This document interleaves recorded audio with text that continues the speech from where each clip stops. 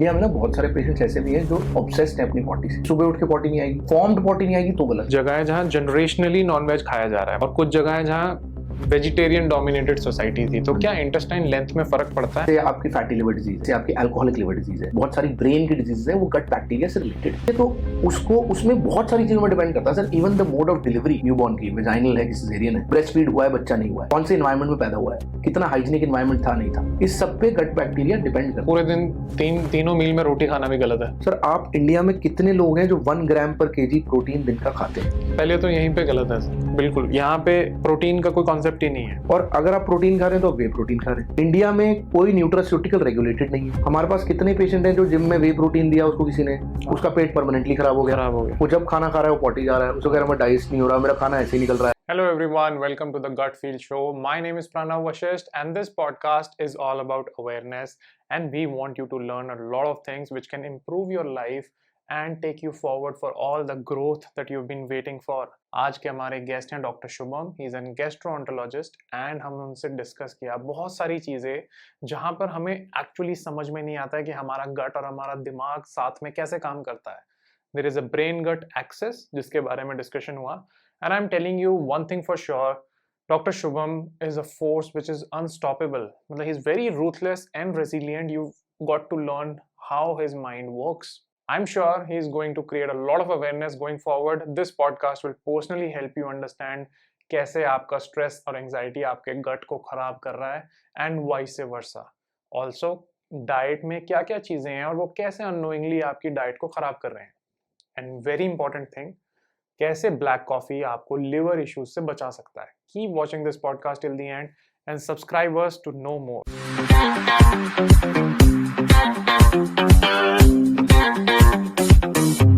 Hello sir, welcome to the gut feel show. How are you doing? Thank you Pranav ji, I am very good. It's good to know, and this is a very important topic. Plus हमारे नाम में भी आता है the gut feel show, because I personally feel life में बहुत बड़ी बड़ी चीज़ें आपकी gut, आपकी intuition आपको बता रही होती है, हम उसको सुन नहीं पाते हैं. True that. So I think let's get started with mind and gut connection. थोड़ा सा उसके बारे में समझाइए. Mind and gut axis सबने सुना है, इसको थोड़ा डिस्क्राइब करिए हमारे लिए. सर बेसिकली क्या होता है, गट ब्रेन एक्सिस बोला जाता है. जो आपकी गट है, गट का मतलब होता है एक जनरल टर्म है फॉर द डाइजेस्टिव सिस्टम. हाँ जी. गट अगर आप मेडिकल टर्म में देखेंगे तो इंटेस्टाइन्स को बोला जाता है, बट फॉर आवर व्यूअर्स गट का मतलब है जो भी हम मुंह में डाल रहे हैं वो जैसे मुंह से फूड पाइप में जाता है, पेट में जाता है, फिर स्मॉल इंटेस्टाइन में डाइजेस्ट होता है, इसमें पैनक्रियाज, गॉल ब्लैडर का रोल आता है, फिर लार्ज इंटेस्टाइन में जाता है जहाँ पे हमारी पॉटी बनती है और फिर हम एक्सक्रीट करते हैं. तो ये पूरा गट कहलाता है. जो इंटेस्टाइन्स हैं वो आपकी बॉडी में केमिकल बनाते हैं जिसको सेरोटोनिन बोला जाता है. सो मैक्सिमम सेरोटोनिन जो है वो इंटेस्टाइन से प्रोड्यूस होता है और ये सेरोटोनिन ब्रेन पे भी काम करता है.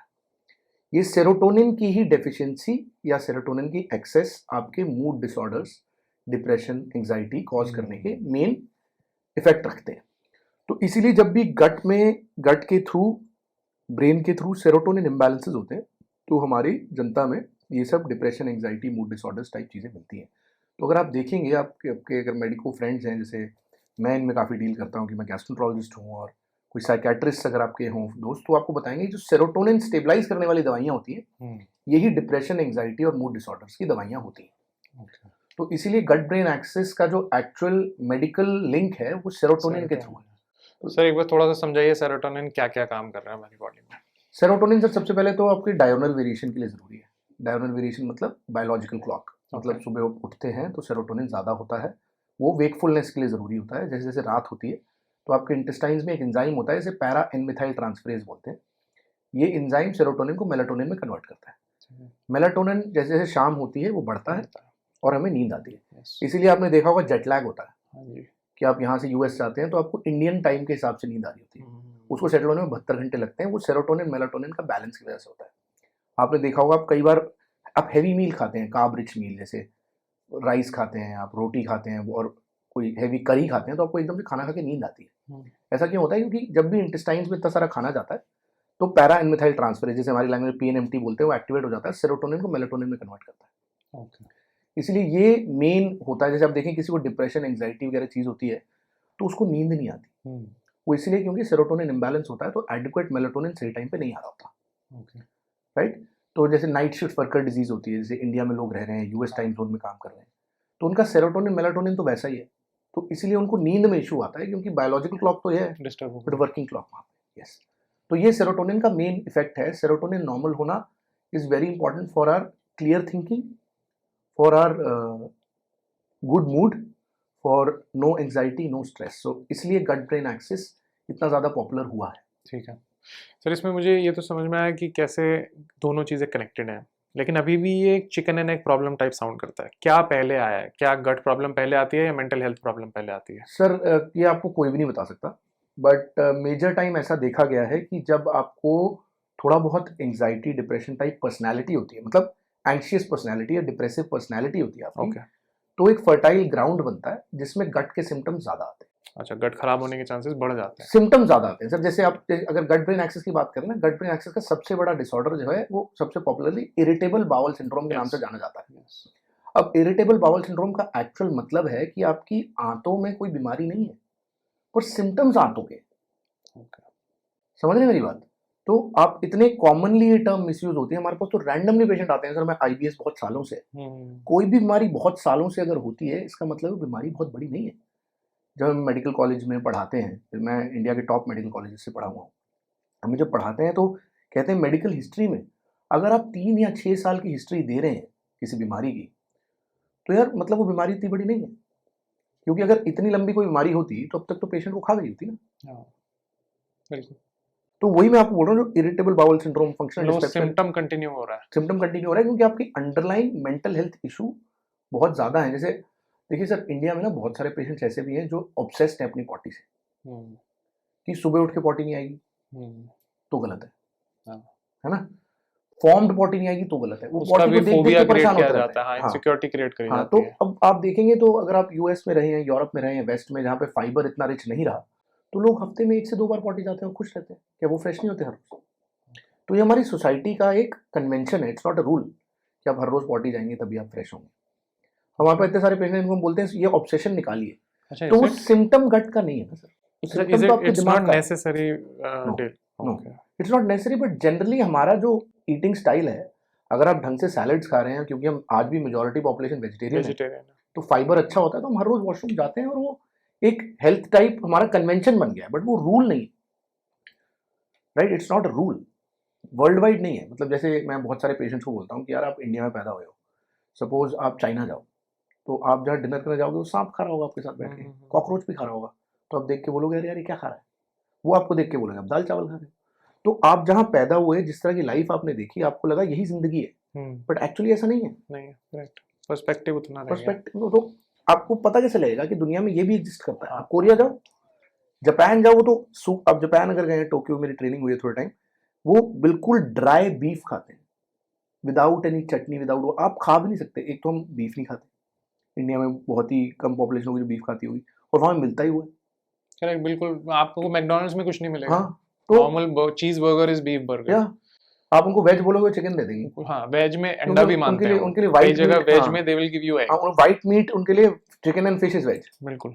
सो ये जो आप बता रहे हो, इसमें एक क्वेश्चन मेरे दिमाग में आ रहा है, ये जो कुछ जगह है जहाँ जनरेशनली नॉनवेज खाया जा रहा है, मतलब एंसेस्टर्स खाते आ रहे हैं, और कुछ जगह है जहाँ वेजिटेरियन डोमिनेटेड सोसाइटी थी, तो क्या इंटेस्टाइन लेंथ में फर्क पड़ता है? इज व्हाट, ऐसा कुछ नहीं होता?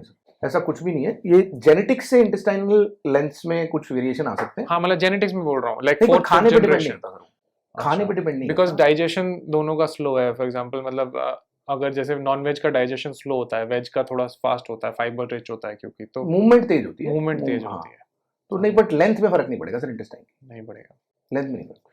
ठीक है सर। अब जैसे अगर हम इसकी बात करें, तो जो मेंटल हेल्थ इश्यूज हैं, ये हमारी गट को अफेक्ट कर रहे हैं, और हमारी गट मानी जाती है कि, एक तो पहले मुझे समझाइए कि जो इंट्यूशन बोला जाता है, जो बोला जाता है कि गट फील आ रहा है, is that real? Do you think, do you believe in that? No sir, वो ना एक अगेन एक क्या कहते हैं उसे, टर्म कॉइंड है।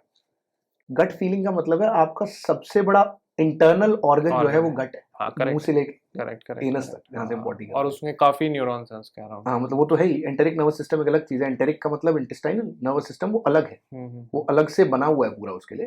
तो गट फीलिंग का मतलब होता है, इंट्यूशन का मतलब होता है कि आपका इंटरनल सबसे बड़ा ऑर्गन जो है वो आपको बता रहा है, like gut is the second brain. तो वैसे करके बात है, मतलब इट्स नॉट लाइक कि कोई गट ही फील कर रही है आपकी, हाँ मतलब इनडायरेक्टली बोला जा रहा है, बट दैट इज समथिंग, मतलब आपका सेकंड ब्रेन फील कर रहा है, कह लो उसे, हाँ, जैसे gut is your second brain, और you are dominated by that या मे बी, हाँ, मतलब आपको फीलिंग आ रही है। आपको फीलिंग आ सर देखिए, इसको डेजा वू भी तो बोलते हैं, डेजा वू भी बोलते जैसे अब डेजा वू भी एक टर्म है कि feeling familiar in a new situation, कि मेरे साथ ये हो रखा है। हो रखा है। तो एक्सपीरियंसेस पे डिपेंड करता है, आपकी इंट्यूशन बहुत ज़्यादा एक्सपीरियंस पे डिपेंड करती है सर, कि क्या आपके एक्सपीरियंसेस रहे हैं, क्या आपकी लर्निंग्स रही हैं, उन एक्सपीरियंसेस से आप क्या सीखते हैं।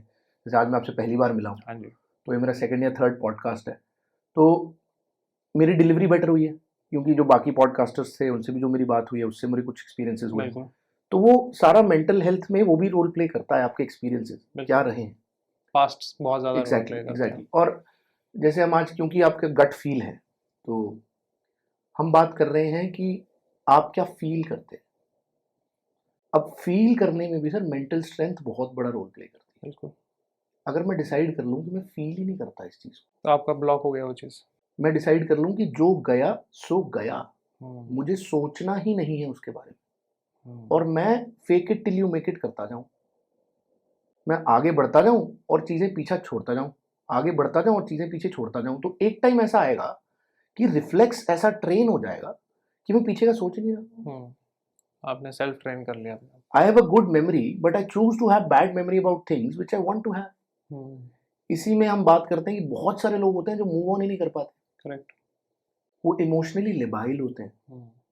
तो इमोशंस को भी कंट्रोल करना मुझे लगता है एक प्रैक्टिस है, जिसमें मेरे को पर्सनली ब्रीदिंग ने बहुत हेल्प किया है। मतलब breathing has been my cornerstone for mental strength.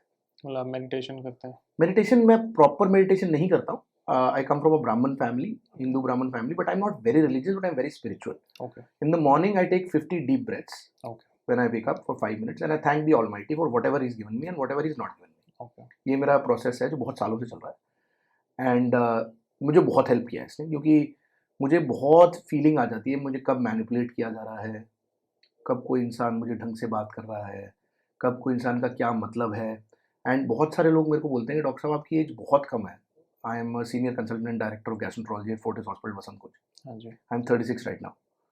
सो मतलब इस एज पे जनरली गैस्ट्रो वाले लोग जो सुपर स्पेशलिटी 3 डिग्री करके, मतलब 12 से 18 साल की जो क्वालिफिकेशन उस पर शुरू करते हैं, तो आई थिंक मेरे पूरी जर्नी में मेंटल स्ट्रेंथ का बहुत रोल रहा है, क्योंकि I have always thought that I have to grow either with और विदाउट यू। तो आप कोई भी हो, and that is what my father taught me basically, कि भाई अगर मैं भी तेरे को रोकूँ ना तो मेरे को पीछे छोड़ दियो।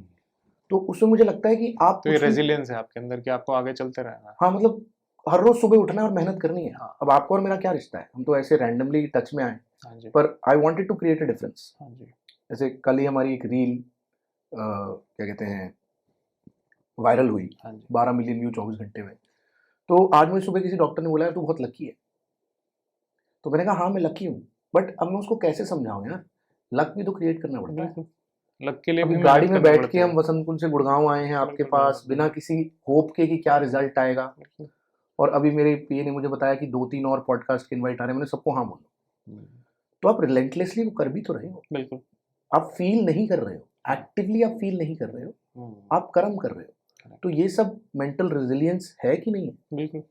तो आप इसको ट्रेन कर रहे हो ना, and you have decided that you are going to train it to that level. But जैसे आपको फॉर एग्जांपल ये लग रहा है कि पॉडकास्ट करना है या फिर ये अवेयरनेस या मेक अ डिफरेंस से आपको फर्क पड़ता है, so that is maybe your calling, that is somewhere which you feel कि आपको डिफरेंस बनाना है सोसाइटी में, you have to create that awareness on this topic. You are very correct, my calling is recognition, because I think on Instagram and on social media there are a lot of people who have no degrees. Bilkul.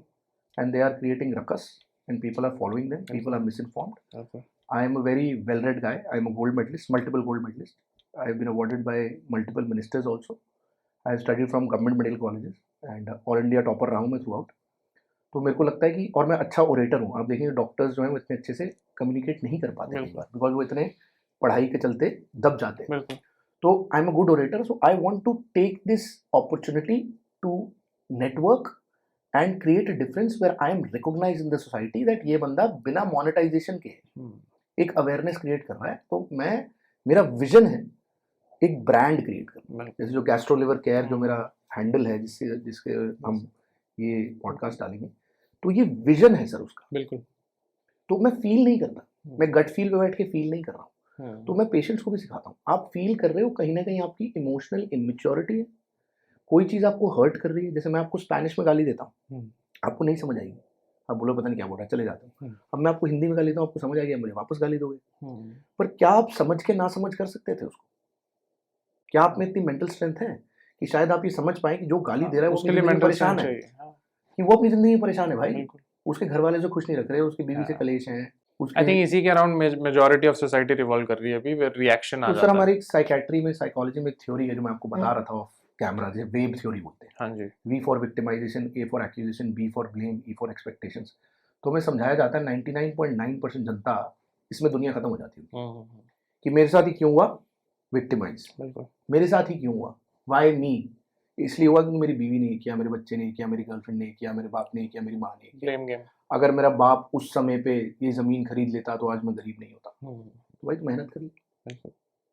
Victimisation हो गया, accusation हो गया, फिर blame हो गया, accused कर दिया, blame डाल दिया, भगवान पे डाल दिया, इस पे डाल दिया, उस पे डाल दिया, और एक्सपेक्टेशन कि अगर सामने वाला करता तो मैं कर देता। आई थिंक वो छोटी से दायरे में ही घूमे जा रहे हैं सब लोग। तो सर इसमें ना मेरे को और जानोगे धीरे धीरे, तो मेरे साथ ये भी है कि I am a born giver, so I don't expect much, so I think that helps in a great way. आप जैसे मेरी पीए से मिले, आप उससे पूछना, वो आपको बताइए यार ये बहुत ही तगड़ा गिवर है।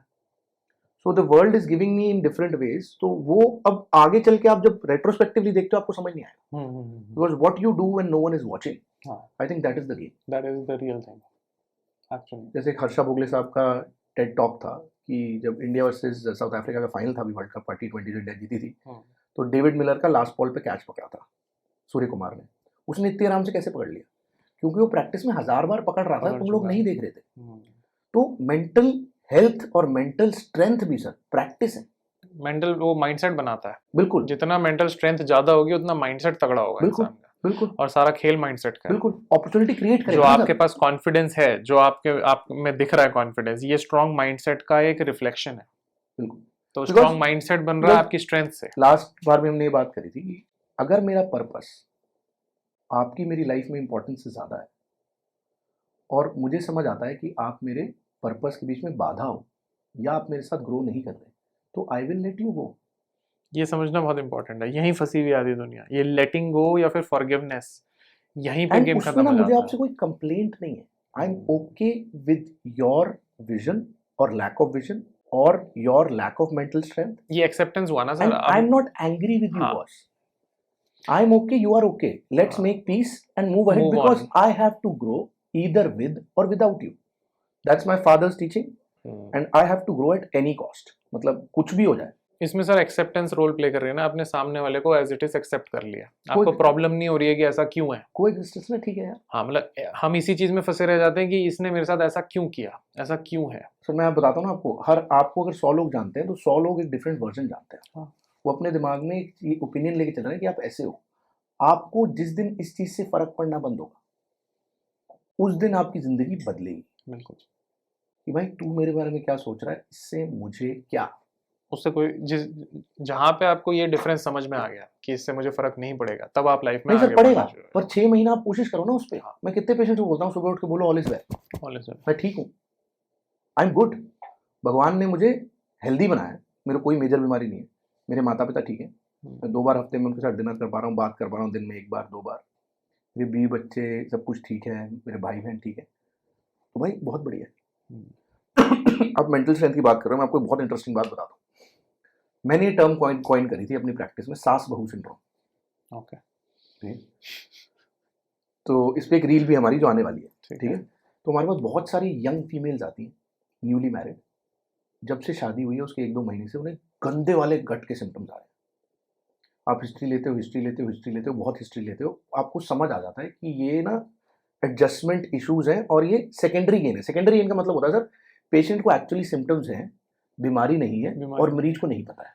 सर ऐसे केसेस ज्यादा है आपके? भर के सर, भर के। आप मेरे क्लिनिक आओ शाम को, नंबर ऑफ अपॉइंटमेंट्स आज शाम को 50 के आसपास है। अब मेरा नाम गूगल करिए सर, मतलब आपको क्रेडिबिलिटी रिलायबिलिटी सब पता लग जाएगी। नहीं वो पता है बिल्कुल मुझे, मैं तो ये पूछ रहा हूँ कि ऐसे केसेस बढ़ रहे हैं ना सर, भर के हैं और रहेंगे, एक्चुअल रियल केसेस से केसेस ज्यादा सिंड्रोम बता रहा हूँ। हाँ जी। तो अब आपको पता है, अब उसको क्या समझाओ।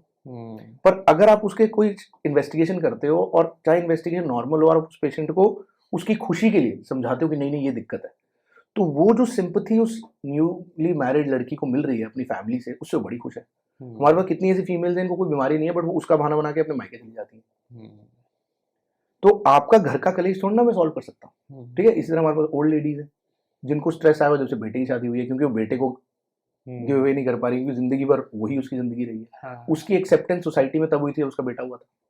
हाँ, तो अब भाई आपके घर के कलेश कैसे सेटल करूं? बट एक बड़ी इंपॉर्टेंट बात मैं उनको समझाता हूँ कि आज तुम में से किसी को कैंसर हो गया ना, भगवान करे ना हो, ये सारे कलेश खत्म हो जाएंगे, तुम्हारे सारे सिम्टम गायब हो जाएंगे। तो मेरे को कुछ पेशेंट कहते हैं हाँ सर मेरे जब बेटा बीमार था ना या बेटी बीमार थी तब कोई सिम्टम नहीं था मेरे को, क्योंकि तेरा दिमाग उधर लगा हुआ था। दिमाग चला गया, माइंड ओवर फोकस्ड है। तो मैंने इसको सास बहू सिंड्रोम टैग किया हुआ है, मतलब मैं बिल्कुल उसकी सही कह रहे हो प्रिस्क्रिप्शन के ऊपर SBS लिख देता हूँ अपने अगली बार के लिए कि सास बहू सिंड्रोम, रिकॉल करने के हाँ लिए। कि भाई इसका मैं कुछ नहीं कर सकता ये, और ये पेशेंट कभी ठीक नहीं होगा। और आप मानोगे ये पेशेंट वो होते हैं जो 5-5 डॉक्टर्स को दिखाते हैं, सबकी फाइलें आपको दिखाते हैं कि ठीक ही नहीं होती, इनको बीमारी ही नहीं है। बिल्कुल, मेरे फादर मुझे कई केसेस ऐसे बताते हैं जिसमें उन्हें फैमिली को काउंसिल करना पड़ता है कि तुम्हारे पैसे बर्बाद कर रहे हैं, कोई बीमारी नहीं है यहाँ पे, बिल्कुल बिल्कुल वापस भेजना पड़ता है। बिल्कुल। मतलब ये कई बार ऐसे हमारे माइंड में बैठ जाती हैं सर आप मुझे चीजें। एक बात बताओ, ये जो बाबाज हैं क्यों चलते हैं विदाउट टेकिंग एनी नेम्स? इतने सारे बाबा हैं जिनको कुछ तो ऐसे इनने कोरोना की दवाई भी बनाई थी, उनसे सरकार ने भी अपोलोजाइज करवाया न्यूज़पेपर्स में, है ना। कुछ ऐसे हैं जो बड़े बड़े वो चला रहे हैं। एक है जिनको ब्रेन ट्यूमर हुआ था, उन्होंने अपने सेंटर की बजाय अपोलो दिल्ली आके ऑपरेट कराया कि वैसे कहते हैं एलोपैथी बुरी है। तो बाबाज क्यों चलते हैं sir? Emotional immaturity, mental weakness, lack of vision, lack of mission. जो भी इंसान ओवर्टली रिलीजियस है, जो भी इंसान ओवर्टली बाबाओं में पीछे पड़ा हुआ है, वो कहीं ना कहीं मेंटली वीक है। उसकी लाइफ में मिशन नहीं है, विजन नहीं है, कुछ नहीं। बिल्कुल सर, इसको ब्लाइंडली फॉलो करने का बिल्कुल आप सही कह रहे हो, कोई सेंस नहीं बनता है। आप लॉस्ट हो इसका मतलब आप कुछ ढूंढ रहे हो वहां पे जाके। जो आपने बोला कि आप स्पिरिचुअलिटी में बिलीव करते हो, सुबह डीप ब्रीदिंग करते हो, उस वो एक फिलॉसफी है, वो एक अलग चीज है। बिल्कुल मैं खुद भी स्पिरिचुअलिटी में बिलीव करता हूँ। वो जो वननेस का थॉट है, हाउ यू, मतलब आप स्पिरिचुअलिटी को यूज करना चाहो तो बहुत अमेजिंग बेनिफिट्स हैं, बट ये जो अंधा विश्वास है और ये जो पागलपन है, ये आपको कहीं ड्रैग कर रहा है। तो आप नाम क्यों नहीं ले रहे? आज मैं नाम क्यों नहीं ले रहा? क्योंकि वो किसी को ऐसा हर्ट कर सकता है कि उसका इतना ब्लाइंड फेथ होगा उसको समझ भी नहीं आ रही है। बिल्कुल। और वही जैसे आपने बोला कि फर्क नहीं पड़ना चाहिए, जिसको है बिलीव रखो बिलीव आप। बट इन जनरल जो समझना चाहता है, जो अपना माइंडसेट गेम स्ट्रॉन्ग करना चाहता है, उसके लिए पॉडकास्ट उसको हेल्प कर सकता है कि लाइफ में अगर आप आगे बढ़ना चाहते हो तो आपकी मेंटल स्ट्रेंथ आपको ले जाएगी, कहीं भी ले जाएगी। सर एक बात बताऊं मेरे को, आपके पास एक अच्छा घर है, आपके पास एक अच्छी गाड़ी है, आपका स्कूल का दोस्त आता है, 25 साल बाद मिल रहा है आपसे, अब उससे देखा नहीं जा रहा सब कुछ, तो उसे ना एक कारण चाहिए क्यों हुआ ये। क्योंकि उसको ये तो पता था कि आपके पापा के पास पैसे नहीं थे, तो ये पूछेगा यार तेरी वाइफ क्या करती है, अच्छा तेरे ससुर के पास पैसे। जनता इतनी मैच्योर नहीं है ये एक्सेप्ट करने के लिए कि ये बंदा तेरे से ज्यादा मेहनती, तेरे से ज्यादा मेंटल स्ट्रेंथ रखने वाला, तेरे से ज्यादा टैलेंटेड, तेरे से ज्यादा ऐसी की तैसी करवा के लाइफ में आगे बढ़ना चाह रहा है। तो तेरा जो लैक है वो तेरे को जस्टिफिकेशन ढूंढने में मजबूर कर रहा है। मतलब हम रीजन ढूंढ रहे हैं। Yes, victimisation, accusation, blame, expectation. बिल्कुल सही बताया आपने। सर मुझे थोड़ा सा गट के बारे में ये बताइए कि जो बोलते हैं कि मेडिकेशन, ओवर मेडिकेशन से गट को फर्क पड़ता है, गट के माइक्रोबायोम्स खत्म होते हैं, थोड़ा सा इसके बारे में समझाइए, क्योंकि आज over the top medication randomly चल रही है। बिल्कुल सर, माइक्रोबायोम होता क्या है समझते हैं पहले। जैसे जीनोम होता है कलेक्शन ऑफ जीन्स, जैसे आपके पास 47 क्रोमोसोम्स हैं, आधे मदर से आए आधे फादर से आए, तो वो आपका जेनेटिक कलेक्शन है, उनके पेरेंट्स से आए और वो सब ऐसे फैमिली ट्री बनता है। इसी तरह माइक्रोबायोम होता है collection of bacteria in the gut. ये बैक्टीरिया गुड बैक्टीरिया भी होते हैं, बैड बैक्टीरिया भी होते हैं, और इनके बैलेंस को यूबायोसिस बोला जाता है। EU इक्विवेलेंस, बायोसिस मतलब बायोसिस का मतलब हुआ बैक्टीरिया के कलेक्शन। जब ये गुड और बैड का इम्बैलेंस होता है इसे डिसबायोसिस बोला जाता है। ठीक है। तो जिन दवाइयों की आप बात कर रहे हैं, क्या होता है, लोगों को डायरिया होता है, तो वो केमिस्ट के पास जाते हैं, नॉरफ्लॉक्सासिन, नॉर्मेडाजोल और ये सब खाते हैं। जब ये खाते हैं तो उनका क्या होता है, गुड बैक्टीरिया भी मरते हैं, बैड बैक्टीरिया भी मरते हैं, और गुड बैक्टीरिया ज्यादा मर जाते हैं। तो बैड बैक्टीरिया की ओवरग्रोथ हो जाती है, इसे डिसबायोसिस बोला जाता है, और ये बहुत ज्यादा डिजीजेस में रोल प्ले करता है। जैसे आपकी फैटी लिवर डिजीज है, जैसे आपकी अल्कोहलिक लिवर डिजीज है, जैसे आपकी कोई भी लिवर की और डिजीजेज हैं, बहुत सारी ब्रेन की डिजीजेज हैं, वो गट बैक्टीरिया से रिलेटेड है। बिल्कुल ठीक है, तो उसको उसमें बहुत सारी चीजों में डिपेंड करता है sir. Even the mode of delivery newborn की, वेजाइनल है कि सिजेरियन है, ब्रेस्ट फीड हुआ है बच्चा नहीं हुआ है, कौन से इन्वायरमेंट में पैदा हुआ है, कितना हाइजीनिक इन्वायरमेंट था नहीं था। ओके। इस सब पे गट बैक्टीरिया डिपेंड करते हैं। मतलब जरूरी नहीं है कि आप अगर इंडिया में पैदा हुए हो तो आपके gut bacteria are poorer than US. इसको हाइजीन हाइपोथेसिस बोला जाता है। जितना आपने मिट्टी में खेला है, जितना आपने वो चीजें देखी हुई हैं, उतना गट बैक्टीरिया आपके स्ट्रांग है। This is right. यस, इसको हाइजीन हाइपोथेसिस बोला गया है। इसके अगेंस्ट बहुत लोग बोलने लगे हैं, मतलब बहुत लोगों को हाइजीन इशू कोविड के बाद बहुत ज्यादा हो गया है। आई थिंक उससे इशू पड़ने लगा है नहीं वो माइक्रोबायोम ठीक है sir, that is okay, but मतलब इसमें ना कोई वो चीज नहीं है। जैसे आप देखेंगे जो डेमोग्राफी ऑफ डिजीज है वो हर पार्ट ऑफ द वर्ल्ड में अलग है। इंडिया में हमेशा से इन्फेक्शियस डिजीज ज्यादा रही है, वेस्ट में हमेशा नॉन कम्युनिकेबल डिजीज ज्यादा रही है। समझ रहे? जैसे आपने शायद सुना हो नहीं सुना हो, क्रॉन्स डिजीज नाम की डिजीज होती है, इसे इन्फ्लेमेटरी बाउल डिजीज का एक टाइप बोला जाता है। वो इंडिया में अब आने लगी है जब से साफ सुथरापन होने लगा है। ओके। पहले वो जनरली वेस्ट में होती थी, इंडिया में टीबी ज्यादा होता था। अब जो एफ्लुएंट सोसाइटी है जो अब इंडिया में ऑब्वियसली काफी बढ़ रही है, इंडिया के अच्छे दिन ही चल रहे हैं, तो वो डिजीजेस बढ़ रही हैं। तो हाइजीन हाइपोथेसिस, गट बैक्टीरिया, ये सब रिलेटेड है। हाँ। और गट बैक्टीरिया पे मूड भी डिपेंड करता है आपका, ऐसा नहीं है। तो जैसे कर्ड बोला जाता है is the best probiotic, right, क्योंकि नेचुरल है, तो आप खाइए। हम तो सर मतलब ऑनेस्टली ओवर द काउंटर दवाइयाँ बिल्कुल प्रमोट नहीं करते, क्योंकि आपको आपके गट बैक्टीरिया और पूरी बॉडी भी जो बार बार आप एंटीबायोटिक्स ले रहे हैं उससे रेजिस्टेंट भी हो जाती है। तो जब आपको सपोज निमोनिया हुआ, आप आईसीयू में भर्ती हो, कोई एंटीबायोटिक ही नहीं सेंसिटिव है, आपके कल्चर रिपोर्ट में सारे सुपर बग बोलते हैं इसको। तो वो क्यों होता है? क्योंकि सोसाइटी में इतना ईजी है। सर नहीं, इंडिया की प्रॉब्लम है। आप एक बात बताओ मेरे को, मैं एक MBBS MD medicine DM gastroenterology, 3 degree जिनका एवरेज स्पैन 12 से 15 साल का है, तैयारी के साथ 18 साल के आसपास पहुंच जाता है। इस लेवल के डॉक्टर से मिलने के लिए आपको यूरोप या US में कितना टाइम लगता है अपॉइंटमेंट लेने? तो पहले तो वहाँ पे उसमें ही रह जाते हैं, 6 महीना मिनिमम, जीपी पे रह जाते हैं। और आपको मेरे से मिलना है तो आप आज शाम को आ सकते हो वॉक इन। हाँ जी। तो इस सहूलियत का फायदा भी है और नुकसान भी है, क्योंकि यही सहूलियत है जो बिना प्रिस्क्रिप्शन के आपको केमिस्ट से दवाई भी दिला देती है। US में लेके दिखा दो, आपके दिसंबर और जनवरी में जो सारे NRI आते हैं वो हमसे 6-6 महीने की दवाइयाँ क्यों लिखवा के जाते हैं? क्योंकि वो इमिग्रेशन पे दिखाते हैं भैया ये प्रिस्क्रिप्शन, ये देखो रजिस्टर्ड डॉक्टर, उसका स्टैंप, उसका DMC Delhi medical council number, और ये दवाई। क्योंकि वहां तो उन्हें मिलनी नहीं है। आप समझ रहे? तो ये जैसे किसी चीज का पॉजिटिव है नेगेटिव भी है, बिल्कुल हर जगह है। जैसे अब हम साउथ दिल्ली गुड़गांव में बैठे हैं, अब यहाँ पे जो मेजॉरिटी लोग हैं जो अब एफ्लुएंट हो गए हैं, उनको उनका जनरेशनल वेल्थ है। तो जो अब आपकी और मेरी उम्र के लड़के लड़कियां हैं, उनको किराए के पैसे तो बहुत आ रहे हैं, बट उनको पता ही नहीं लाइफ में करना क्या है। तो उसके नुकसान भी तो है। बिल्कुल। अब क्योंकि मैं सेल्फ मेड हूँ तो मेरे पास बहुत सारा मिशन और विजन है, बट हो सकता है मेरे बच्चे के पास वो ना हो, क्योंकि बेल शेप कर्व है।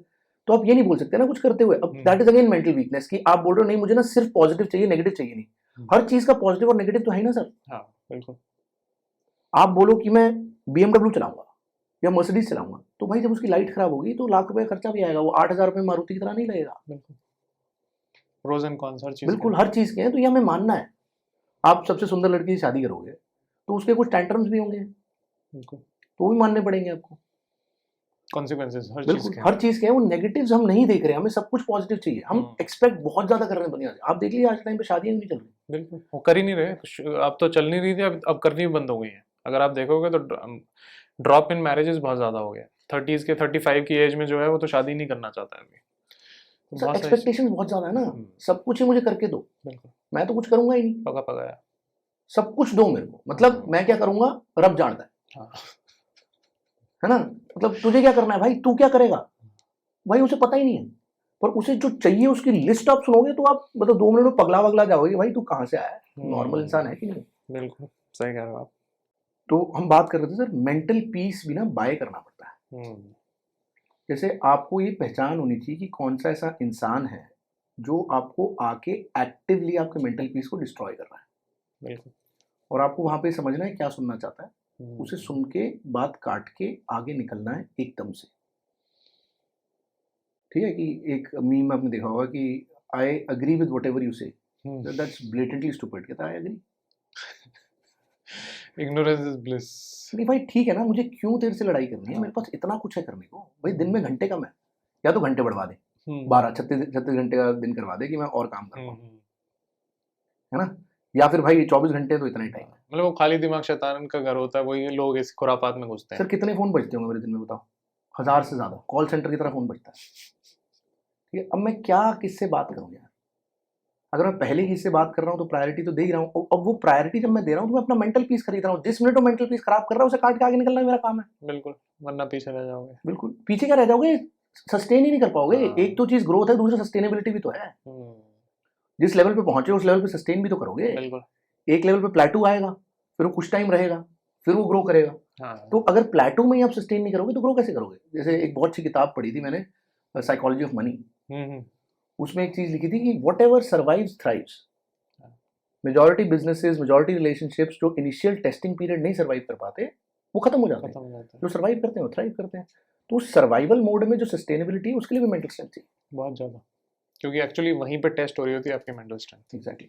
वहाँ तक तो कई बार आप राइट प्लेस राइट टाइम से पहुँच जाते हो, लेकिन कई लोग उस जगह को पहुँच सस्टेन नहीं कर पाते हैं। सारी कहानी सस्टेनेबिलिटी की बन जाती है। बिल्कुल।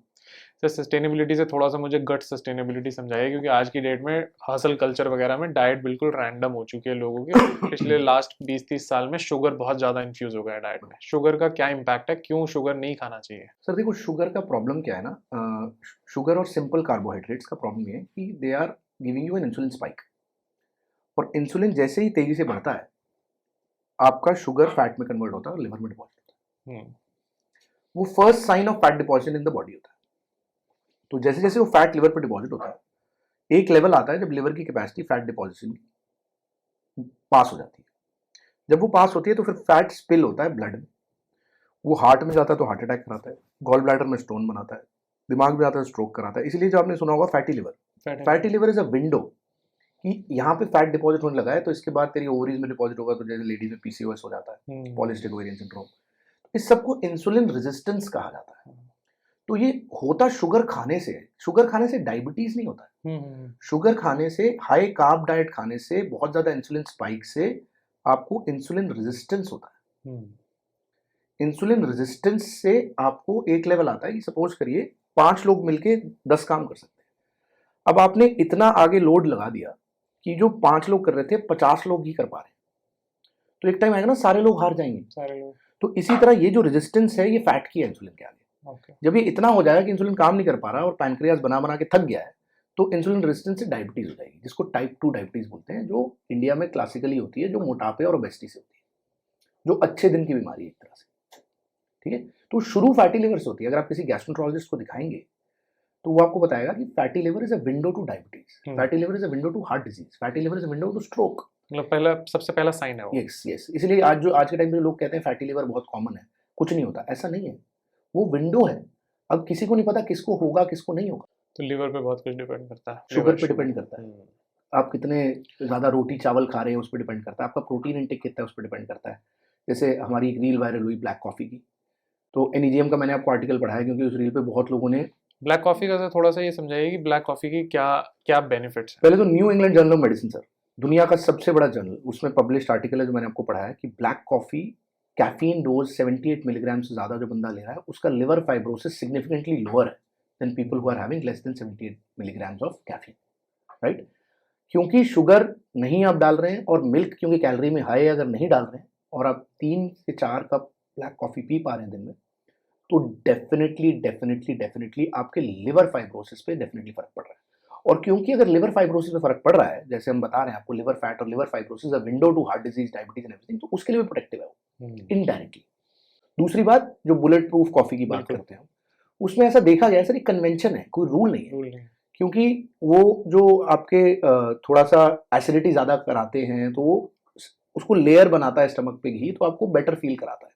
प्लस कीटो की तरह हो गया ना सर, आप कार्ब्स नहीं ले रहे, आपने मिल्क नहीं डाला, आपने चीनी नहीं डाला, बट आपने कैलोरीज फैट के फॉर्म में ली, गुड फैट ले लिया। हाँ, तो घी तो वो उसको वेट लॉस के लिए उस तरह से काम कर रहा है कि आपकी बॉडी को एनर्जी भी मिल रही है बट कार्बोहाइड्रेट्स नहीं मिल रहे हैं। तो वो कीटो डाइट की तरह हो गया जो सस्टेनेबल कभी नहीं हो पाया। बहुत लोगों ने करने की कोशिश करी बट जितना तेज वेट लूज हुआ उससे ज़्यादा तेज वेट गेन हुआ क्योंकि कीटो डाइट सस्टेनेबल नहीं थी।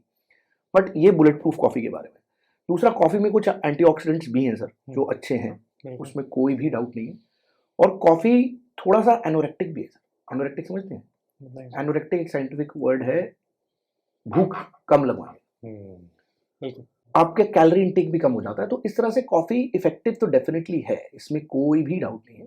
बट यही है कि किस डोज में लेना है। अब एक बहुत बड़ा कंट्रोवर्सी टाइप हमारी उस पोस्ट पे हुआ था कि बीपी, एंजाइटी कॉफी पीने से बढ़ती है, तो आप अपनी बॉडी को टाइट्रेट करिए। जनरली जिनका बीपी हाई रहता है पहले से, उनको थोड़ी दिक्कत कॉफी पीने से हो होती है। सकती है। ओवर कॉफी पीने से माइग्रेन अटैक्स प्रेसिपिटेट हो सकते हैं, वो सब है। बट अगर आपका बीपी नॉर्मल रहता है तो ट्रांजिएंट राइज इन बीपी होता है जो ठीक हो जाता है, इतनी बड़ी कोई दिक्कत नहीं सर कितना कॉफी दिन में कंजम्पशन ठीक है अकॉर्डिंग टू जिसका उसका है। सर ये जो इम्पैक्ट कप आपने मुझे पिलाया है, इसको आधे से पौना कप 3 से 4 पी लें अगर ब्लैक कॉफी, तो बहुत बढ़िया इसका आधा है। आधे से 3/4, आधे से 3 से 4 कप पी लें तो बहुत बढ़िया, इतना पी सकते हैं। ब्लैक कॉफी का। और 1 कप भी पिए तो बेटर है than not drinking. And sir first thing in the morning is that bad or good? First thing depend black करता है सर कॉफी। आपको कितना एसिडिटी फील होती है उसके बाद, क्योंकि कुछ लोगों को कॉफी से एसिडिटी Acidity. जेन्युइनली फील होती है, तो जिनको होती है उनको हम कहते हैं कुछ खा के ले लो, या फिर मत लो, थोड़ा मिल्क डाल लो, थोड़ा ठीक घी है। डाल लो। सर ये जो एंटीऑक्सीडेंट्स कॉफी में भी हैं, ककाओ में भी बोला जाता है, जो डार्क चॉकलेट खा रहे हैं, तो क्या एंटीऑक्सीडेंट्स का क्या बेनिफिट है हमारे बॉडी में? Antioxidant sir free radical scavenger होते हैं, बेसिकली जो आपकी इंजरी कर रही होती हैं, जैसे wear and tear of the machinery से, उसको रिपेयर करने में हेल्प करते हैं, तो ऑब्वियसली इफेक्टिव तो होती है। डार्क चॉकलेट में सर शुगर भी कम होती है ना, तो इसलिए वो बिल्कुल। ज़्यादा इफेक्टिव मानी जाती है। तो जिनको टेस्ट डेवलप हो जाता है, क्योंकि कॉफ़ी डार्क चॉकलेट ये अक्वायर्ड टेस्ट है, मतलब they are not something which a child would drink and feel happy. You develop it on the way, नहीं तो आपको तो वो जो मीठे वाली चॉकलेट आती है सबसे पॉपुलर इंडिया की, कैडबरी की डेयरी मिल्क, करेक्ट, वो अच्छी लगेगी ना। मेनली चीनी है। हाँ, आप चीनी के लिए पी रहे हो उसको। एग्जैक्टली। अब सर जैसे जो कॉफ़ी, हम जैसे अगर गुड फैट की बात करें फॉर एग्जांपल, तो हमारे पास गुड फैट में क्या क्या चीज़ें हैं? घी, और क्या घी गुड फैट है या नहीं, पहले तो ये बताइए। सर घी बटर गुड फैट मानूंगा मैं, क्योंकि बेसिकली जो भी फ्राइड है वो बैड फैट है। हम जनता के लिए सिंपल कर देते हैं, ठीक है। तो samosa bread pakora bad fat है, ठीक है। जो भी आप ये बर्गर पिज्जा खा रहे हो बैड फैट है। पर अगर मैं थोड़ा बहुत लिमिट में घी ले रहा हूँ, बटर ले रहा हूँ, पर साथ में आलू का पराठा नहीं ले रहा, तो वो तो अच्छा गुड है। है। सर लिमिट में एक बार बता दीजिए कितना घी दिन में इज ओके? सर ऐसे कोई लिमिट कोई डिफाइंड नहीं है, मतलब मतलब अगर आपका on an BMI average, normal है, हाँ हाँ, तो आप आराम से 1-2 चम्मच, जो जैसे आधा चम्मच 1 चम्मच लेते हैं ले सकते हैं। पर BMI नॉर्मल होना चाहिए। मतलब आपका इंडियन BMI समझते हैं क्या हाँ होता जी, है? हाँ जी, हाँ जी, हाँ जी। Weight in kgs divide by height in metre square. अगर वो अगर आपका नॉर्मल है, 27 से कम है, हम्म, इंडियन के लिए 23 से 27 नॉर्मल माना जाता है, तो हम्म, आप ले सकते हैं। But generally India is on the better side sir. अब जैसे मैल नरिशमेंट 50 साल पहले अंडरवेट होता था, मैल नरिशमेंट ओवरवेट भी है। हाँ। तो अगर आप देखेंगे ओबेसिटी से जो फैटी लिवर डिजीज सिरोसिस आज के टाइम पे कॉज कर रही है, ऐसा कहा जा रहा है इंडिया में अर्ली 2030s में अल्कोहलिक लिवर डिजीज ज़्यादा हो चुकी होगी। अच्छा, ये प्रॉपर डेटा है Data है। एम्स का, मतलब ऐसा कोई वो नहीं है, एस्टिमेटेड है ये, ओके। एम्स न्यू दिल्ली का डेटा है। तो उसका कारण ही है कि हम हाई कार्ब लोड है, जंक फूड है, घर पे सब कुछ डिलीवर हो जाता है, हम खाते हैं, एक्सरसाइज होती नहीं है, सेडेंटरी लाइफस्टाइल है, हाँ। अब स्ट्रेस ईटिंग हो रही है, इमोशनल ईटिंग हो रही है, बिंज वॉचिंग हो रही है, बिंज हाँ। ईटिंग हो रही है, आप बैठे रहते हो बस पूरे टाइम। तो वेट गेन हो रहा है, वेट गेन हो रहा है। वेट गेन हो रहा है, वेट गेन हो रहा है, वेट गेन हो रहा है, वेट गेन होने से इंसुलिन रेजिस्टेंस हो रही है, फैटी लिवर हो रहा है, डायबिटीज हो रही है, इसको मेटाबॉलिक सिंड्रोम बोलते हैं हमारी भाषा में। Diabetes, hypertension, fatty liver, PCOS सब कुछ आता है इसमें। ठीक है। तो ये लोग हैं जो, ये साइन ही है कि आप मेंटली थोड़े परेशान हैं, इसलिए आप ओवरवेट है कहीं ना कहीं, उसको किसी तरह भी ले लीजिए। दूसरी चीज़ स्ट्रेस की बात कर रहे हैं ना, देखिए स्ट्रेस मेरे को नहीं पता कि अच्छी चीज़ है कि बुरी चीज़ है। अगर मेरी लाइफ में स्ट्रेस नहीं होगा मैं काम नहीं कर पाऊंगा। सर एक लेवल तक तो स्ट्रेस अच्छा होता है, साइंटिफिकली प्रूवन है, you stress is good stress. You stress हम लोगों का क्या है, हम कंट्रोल नहीं कर पाते हैं। ओवर थिंकिंग हमें ले जाती है एक्सट्रीम्स में, मतलब हम एक चीज का एनालिसिस पैरालिसिस में घुस जाते हैं, जबकि स्ट्रेस नहीं होगा तो हम ऑपरेट भी नहीं कर पाएंगे। बताओ, लायनल मेसी वर्ल्ड का सबसे बड़ा फुटबॉलर 24 जनवरी 2022 को या 23 को अपने रिटायरमेंट इंटरनेशनल मैच में, वर्ल्ड कप लास्ट खेल रहा था, वर्ल्ड कप जीता था, स्ट्रेस नहीं था, स्ट्रेस के बिना हो ही नहीं 3 सकता, गोल मारे थे उसने उस मैच में, ऑपरेट ही नहीं कर 2 तो सकते। पेनल्टी मारी थी। तो what I am trying to say is, ये आपकी मेंटल स्ट्रेंथ है कि स्ट्रेस को आप क्या किस तरफ लेके जाते हो, आपकी कैपेबिलिटी कितनी है उसको हैंडल करने की। हाँ, मतलब आप कितना जल्दी स्ट्रेस में गिर जाओगे, यार वही तो आप ही तो डिसाइड करते हो। हाँ, ये वो आपकी खुद की, आप कितना उस आप पे काम कर पावरलेस रहे हो अपने हाँ, दिमाग पे। हाँ, तो अब वही वाली बात है, your mind is like a lion, you sit on top of it, hold the neck, आप उसके ऊपर बैठ के उसकी गर्दन पकड़ोगे तो आप उसको अपने हिसाब से चलाओगे, सामने बैठोगे खा जाएगा। तो वही चीज़ है। तो स्ट्रेस मेरे को नहीं समझ आता, मतलब मेरे को ऑनेस्टली समझ नहीं आता, क्योंकि मेरे को तो बल्कि थ्रिल आता है कि यार ये टफ केस है, 4 जगह से फेल हो के आया, मुझे ऑपरेट करना है। वो करके मैं उसकी इमेज लेके सोशल मीडिया पे भी मतलब पोस्ट करता हूँ कि भाई देखो सो आई थिंक ये बहुत सारी चीजें इसमें भी डिपेंड करती हैं, क्योंकि आप जो बता रहे हो ना, आपके फादर से भी आपको मोटिवेशन मिली, आपका खुद का माइंडसेट आपने बचपन से ऐसे मतलब पॉलिश किया है इसको, बहुत टाइम लगा है इस चीज को करने में। यही मौके लोगों को नहीं मिल पाते हैं, और खासकर हमारा एजुकेशन सिस्टम भी नहीं देता है मौका। वो एक भेड़ चाल में आपको बिठा देता है और आप उस भेड़ चाल में घुस जाते हो, और कभी साइड में देखते भी नहीं हो पैकेज कितना है, पैकेज कितना है। आप बेसिकली एक, और जब उस चीज में आके फंस के आपको इश्यूज दिखते हैं तो हम ब्लेम गेम शुरू कर देते हैं, क्योंकि पता नहीं चलता शुरू कहाँ से हुआ है, प्रॉब्लम शुरू कहाँ से हुई है। जबकि बचपन में 12-13 साल की उम्र में जब आपको समझ में आना चाहिए था कि कैसे लाइफ में फेलियर से कोप करना है, वो किसी ने समझाया ही नहीं है। बिल्कुल। स्ट्रेंथ कैसे बनानी है, रेजिलियंस होता क्या है, मतलब वो एटीट्यूड होना चाहिए कि कोई बात नहीं, फेल हो गए कल ठीक हो जाएंगे। हम फेल हो गए कुछ और ढूंढने लग जाते हैं कि नहीं अब ये नहीं करूंगा बस, क्योंकि यहाँ एक बार फेल हो गया था। तो आई थिंक वहाँ पे बहुत सारी चीजें हिस्ट्री पास्ट में, और क्या क्या चीजें सोसाइटल लेवल पे ठीक होनी चाहिए, खासकर एजुकेशन सिस्टम ठीक होना चाहिए। क्योंकि आई थिंक एजुकेशन सिस्टम, आप for example you seem to be a ruthless personality, आपको जो चाहिए आप उसके लिए लग जाओगे। बहुत सोसाइटी में बहुत लोग ऐसे हैं जो रूथलेस नहीं है, सो अपने फैमिली सर्कमस्टेंसेज या फैमिली सिचुएशन की वजह से जो भी है। बट आई थिंक एजुकेशन एक बहुत बड़ा रोल प्ले करता है, क्योंकि फाउंडेशन बनती है वहाँ पे। हाँ, मतलब एजुकेशन थोड़ा सर, बहुत, मेरे केस में ये भी है कि I have been a sportsman throughout. वो एक स्पोर्ट्समैन स्पिरिट है, खेला है, और तो नेवर से डाई एटीट्यूड है। स्पोर्ट्समैन स्पिरिट तो बाय डिफॉल्ट और बोला मेरे जाता में है वो कि बच्चा आज भी जिंदा है कि आप मुझे बोलोगे ये नहीं हो सकता तो मैं करके दिखाऊंगा। हाँ, ठीक है भाई, अगर ये नहीं हो सकता तो फिर तो होगा। फिर वो उसमें इंटरेस्ट आ जाता है। हाँ, कि भाई मतलब डॉक्टर इंस्टाग्राम पे पॉपुलर नहीं हो सकते, सोशल मीडिया पॉपुलर नहीं हो सकते, अब तो होऊंगा, अब तो देखी जाएगी। सर मुझे तू कौन बताने वाला, मैं खामखा भाई तुझसे पूछा किसी ने, अब हम होके दिखाएंगे।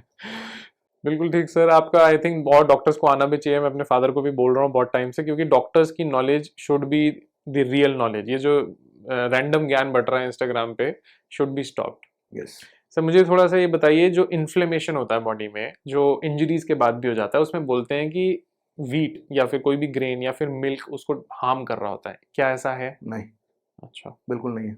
मतलब इन्फ्लेमेशन से कोई सर इन्फ्लेमेशन बहुत डिफरेंट चीज है। थोड़ा सा इन्फ्लेमेशन समझाइए। इन्फ्लेमेशन का मतलब बेसिक सूजन है सर। ठीक है। अब वो इंजरी के बाद सूजन है, वो ऐसे है, तो वो चीज है। ज्यादा वीट खाने से, क्योंकि अगेन कार्ब लोड ज्यादा है, तो आपकी बॉडी में सिस्टमिक इन्फ्लेमेशन ज्यादा होगी, बट वो आपको नजर नहीं आएगी।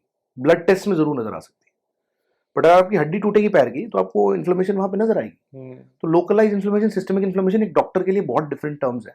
ओके। तो वीट उसके लिए बुरा नहीं है, बट वीट और शुगर यस सिस्टमिक इन्फ्लेमेशन कराते हैं। सिस्टमिक इन्फ्लेमेशन से दोबारा आपको insulin resistance, fatty liver, diabetes, ये सब डेवलप होता है। ठीक है। तो यस, अगर हम एक लेवल पे सिर्फ वीट को नहीं बोल सकते सर, हम कोई भी हाई ग्लाइसीमिक इंडेक्स वाले जो भी, हाँ, ग्रेन से अगर इसमें जाए हम कार्ब्स में, हाँ, तो वही है। तो मतलब अब मेडिटेरेनियन डाइट एक डाइट है, अगर आपने वो किताब पढ़ी है इकिगाई, हाँ, तो जापान में लोग 120 साल तक नॉर्मली जीते हैं। तो उसमें डाइट का बहुत बड़ा रोल बताया गया है। जापानीज डाइट खा के दिखा दो मेरे को, आप नहीं खा पाओगे। नहीं खा सकते। तो वो डिफरेंट चीजें different part of the world को डिफरेंट तरह सूट करती है, right. So we should understand that wheat is important for an Indian, but how to regulate that and how to create a balance diet is important. हाँ, पूरे दिन तीनों मील में रोटी खाना भी गलत है। सर आप इंडिया में कितने लोग हैं जो 1 ग्राम पर केजी प्रोटीन दिन का खाते हैं? पहले तो यहीं पे गलत है सर, बिल्कुल। यहाँ पे प्रोटीन का कोई कॉन्सेप्ट ही नहीं है। और अगर आप प्रोटीन खा रहे हैं तो आप वे प्रोटीन खा रहे हैं। हाँ। इंडिया में कोई न्यूट्रास्यूटिकल रेगुलेटेड नहीं है। हमारे पास कितने पेशेंट हैं जो जिम में वे प्रोटीन दिया उसको किसी ने, हाँ। उसका पेट परमानेंटली खराब हो गया। वो जब खाना खा रहा है वो पॉटी जा रहा है, उसको कह रहा है मैं डाइजेस्ट नहीं हो रहा, मेरा खाना ऐसे ही निकल रहा है। हाँ, तो वे प्रोटीन डेफिनेटली जो इरेगुलेटेड है प्रॉब्लम कर रहे हैं। सर मुझे खुद को ही है सर, न्यूट्रास्यूटिकल्स इंडिया में रेगुलेटेड नहीं है। फार्मास्यूटिकल्स एलोपैथी के रेगुलेटेड है, न्यूट्रास्यूटिकल्स रेगुलेटेड नहीं है। तो सर प्रोटीन के लिए आप क्या सजेस्ट करते हो? एक तो कितना होना चाहिए? 1 ग्राम पर केजी होना चाहिए। तो उसके लिए क्या, वेजिटेरियन है तो क्या खा सकते हैं? सर स्प्राउट्स खा सकते हैं आप, चने खा सकते हैं। घोड़ा वेजिटेरियन होता है सर, हॉर्स पावर में पावर मेजर होती है गाड़ी की। हाँ बिल्कुल, है ना। तो चने खाइए आप, स्प्राउट्स खाइए, सौते वेजिटेबल्स खाइए, मशरूम भी, कॉर्न खाइए, मशरूम खाइए, क्या दिक्कत है? इवन सर मखाने आजकल पॉपुलर बहुत होने से। लगे हैं। अगर आप एग्स खा सकते हैं, एग्स खाइए। एक एग में 6 ग्राम प्रोटीन है। 4 अंडे दिन के खाइए आप येलो के साथ। वो आप गुड फैट की बात कर रहे हैं, egg yolk is the best fat. आपको पता है what is the ideal protein scientifically? Ideal protein किसको बोला जाता है? Egg white. ओके। जो एग वाइट का प्रोटीन है वो आइडियल प्रोटीन, उससे बाकी प्रोटीन्स की बायोअवेलेबिलिटी कंपेयर की जाती है। अच्छा, वो रेफरेंस माना जाता है। तो अगर आप सिर्फ एग वाइट खा रहे हैं तो एक अंडे में 3 ग्राम प्रोटीन है। अगर आप योक भी खा रहे हैं तो 6 ग्राम प्रोटीन है। तो 24 ग्राम तो यही हो गया। तो प्रोटीन बहुत ज़रूरी है सर, जो हमें नहीं मिल रहा है, और पर्टिकुलरली हम वेजिटेरियन है तो प्रोटीन मिलना वैसे भी थोड़ा टफ है, क्योंकि हमारी दाल के प्रोटीन का बायोअवेलेबिलिटी बहुत अच्छी नहीं है। करेक्ट। अब प्लस आई हम कम उसको फ्रॉम अ जिस ब्राह्मण तरीके से फैमिली, बनाते आई कम हैं। फ्रॉम ब्राह्मण family, but I am the only non vegetarian of my family. Okay. Why? Because I always wanted to be higher on the protein side. So my life has changed. अगर मैं आपको अपनी पुरानी photos दिखाऊंगा, I was 105 kgs 2 years ago. Now I'm 75 kgs. And it has been done pure on diet. I'll show you the photos offline. ठीक है? Point number 1. Point number 2, I didn't have hair on my head. So there are no shampoos used, no chemicals used, no transplant done, nothing. Today my hair are jet black. कभी मैंने कोई colouring agent नहीं use किया, कुछ नहीं किया. एक हमने रील में मैंने मम्मी की कसम दिखाई है, तो मैंने कुछ यूज़ नहीं किया. ये सारा प्रोटीन इंटेक से हुआ है सर. Protein Intex. यस, मुझे सी फूड पे मैंने काफ़ी अच्छे से कंज्यूम किया इस 2 साल में, which has literally help me have protein, low carb, lose weight, and मतलब मेरी पूरी बॉडी की स्किन ग्लो और मतलब हेयर क्वालिटी बहुत बेटर हुई है सर, बहुत बेटर. इंटरेस्टिंग. तो मैंने जो, क्योंकि इतने सारे लोग न्यूट्रिशन का ज्ञान देते हैं, इन्हें कुछ ज्ञान ही नहीं है. मेरी तो degree gastroenterology, hepatology, human nutrition है, तो मैंने वही मेडिकल साइंस जो पढ़ी थी वो यूज़ करी है. मैं आपको इंस्टाग्राम पे एक रील भी दिखाऊंगा जिसमें ये चीज़ बताई है कि it has been done purely on diet, क्योंकि मैं सुबह 7:30 बजे से रात के 9:30 बजे तक काम करता हूँ, तो मेरे पास जिम जाने का टाइम तो है. तो डाइट से डेफिनेटली फर्क पड़ रहा है. 100% पड़ेगा सर, क्यों नहीं पड़ेगा. आप जो मुंह में डालते हो वही आप बनते, आपकी बॉडी बनती है. आप खाओ बर्गर, आपका पेट बाहर आ जाएगा.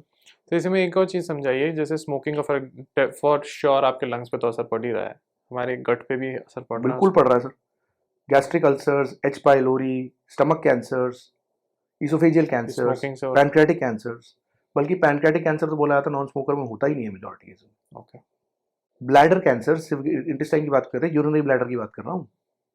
स्किन कैंसर्स डेफिनेटली होती हैं, और उसमें आपके सेलिब्रिटीज का तो बहुत बड़ा रोल बेसिकली है. जो हम कंज्यूम कर आपके रहे हैं सेलिब्रिटीज का बहुत बड़ा रोल है, जो पान पराग बेच रहे हैं, सब बेच रहे हैं. तो पैसे के लिए बेच के आपको मिसगाइड कर रहे हैं. हाँ, वो बहुत गलत इन्फ्लुएंस हो रहा है.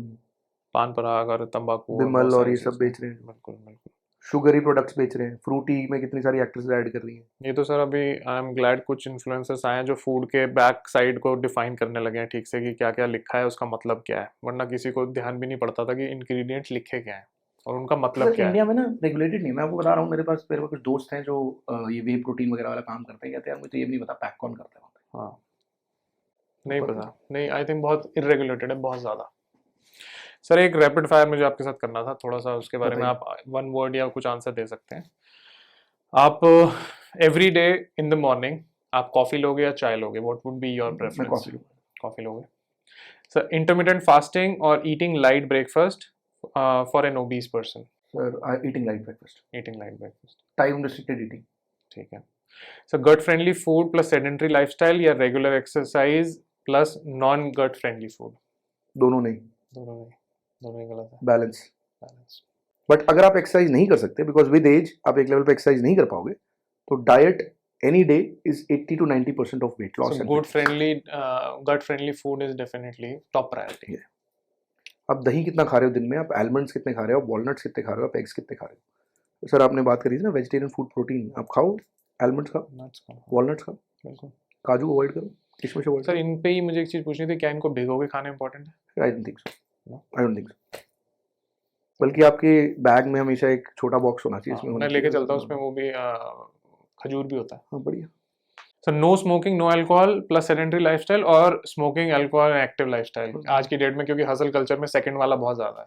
दोनों ही गलत है सर. आई थिंक बैलेंस दोनों का चाहिए. मतलब स्मोकिंग अल्कोहल, जैसे लास्ट पॉडकास्ट पे बात हो रही थी मेरी, तो मुझे जो पॉडकास्टर था उसने पूछा कि डॉक्टर्स बहुत स्मोक और ड्रिंक करते हैं, बहुत ज़्यादा है ना. तो मैंने कहा जिनसे आप मिलते हो वो करते हैं, क्योंकि वो घर से बाहर निकलते हैं. जो बंदा घर जाके बैठा हुआ है अपने बीवी बच्चों के साथ खुश है और कुछ नहीं कर रहा, ये परसेप्शन, हाँ ये परसेप्शन बहुत ज़्यादा है पब्लिक में. तो लोग ना डॉक्टर्स पे उल्टा ब्लेम करते रहते हैं. नहीं सर, देखो आपको ये भी तो समझना पड़ेगा, डॉक्टर्स की पर्सनल लाइफ भी है ना. गलत तब है कोई डॉक्टर स्मोक और ड्रिंक कर रहा है या नहीं कर रहा, अगर वो प्रमोट करने लगता है. हाँ, सोशल रिस्पॉन्सिबिलिटी ऑन स्क्रीन. अभी आपके बहुत तगड़े इन्फ्लुएंसर जो बहुत पॉपुलर पॉडकास्टर भी फंसे हैं इसमें, बिकॉज जब आप भूल जाते हो और आप पैसे के पीछे भागते हो, आप अपना अस्तित्व लूज कर देते हो, तो पर्पस लूज हो जाता है. आप भूल गए कि पैसा प्रोसेस का पार्ट है, वो पीछे आएगा. समझ रहे हो. तो अब मैं स्मोक करता हूँ, मैं ड्रिंक करता हूँ, सवाल नहीं है. मैं चाहे सुसाइड कर लूँ, क्या मैं पेशेंट को बता, क्या मैं आपके साथ बैठ के प्रमोट कर रहा हूँ उस पे कि करना चाहिए नहीं करना चाहिए. ये इंपॉर्टेंट है. डॉक्टर अपनी पर्सनल लाइफ में क्या कर रहा है वो इंपॉर्टेंट नहीं है सर, डॉक्टर इवेंचुअली इंसान ही है, हाँ, उसके हो बीवी सकता है बच्चे हैं, उसके माँ बाप है, भाई प्रॉब्लम, जो भी है जो ठीक भी है, है। उसके भी डॉक्टर के भी डाइवोर्स होते हैं, डॉक्टर की भी बीवी से नहीं बनती, डॉक्टर की भी, वही रियल ह्यूमन बीइंग है, रियल प्रॉब्लम है। हाँ वो स्ट्रेस में जी रहा है भाई, वो तो मतलब हर रोज जीवन और मौत के बीच में जी रहा है, मतलब मौत से सर सबसे बड़ा डॉक्टर मूव ऑन क्यों करता है, मौत से मूव ऑन भी तो करना होता है। अभी कोई मर रहा है, आप डीसी साइन कर रहे हो, 5 मिनट बाद ऑपरेट कर रहे हो, क्या करोगे? हाँ, रोगे थोड़ी ना बैठ के फैमिली से, हाँ, एम्पैथी रखोगे, आगे बढ़ोगे। बिल्कुल। सर एक मुझे लास्ट क्वेश्चन है आपसे कि हसल कल्चर में हमारी डाइट बहुत ज़्यादा रैंडम हो गई है, पैकेज फूड पे बहुत ज़्यादा चीज़ें चली गई हैं, सब बस स्टोर से लेते हैं, स्पून से खा लेते हैं, पैक्ड फूड, फ्रोजन फूड। इससे क्या इम्पैक्ट हो रहा है, ये हसल कल्चर किस डायरेक्शन में जा रहे हैं हम लोग, जो करंट स्टेटस ऑफ डाइट है? सर हसल कल्चर में हसल चल क्यों रही है ना, ये बड़ा इंपॉर्टेंट है, वहीं पे आ जाते हैं हम पॉइंट ब्लैंक, पर्पसलेस हसल है पर्पसलेस या पर्पस वाली हसल है। पर्पस वाली हसल है तो आदमी बैलेंस कर लेगा, हम्म, जो पर्पसलेस हसल है वो पहले ही fertile ground for mental instability, emotional immaturity, emotional instability है।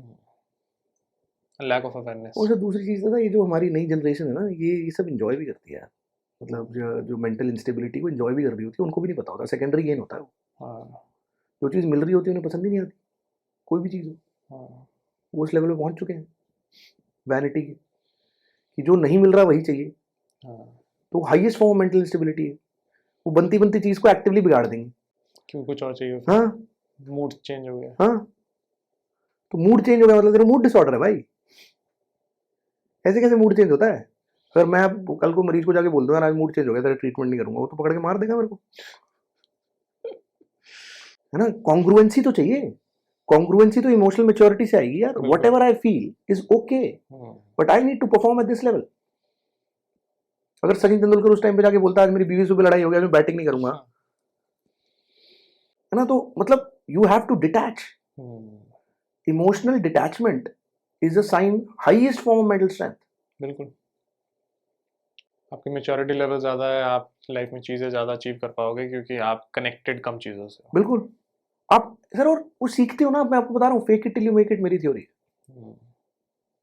प्रैक्टिस करो 6 महीना, आ जाएगा वो लेवल, और जब नेक्स्ट लेवल आएगा तभी उसका नेक्स्ट लेवल है। बिल्कुल।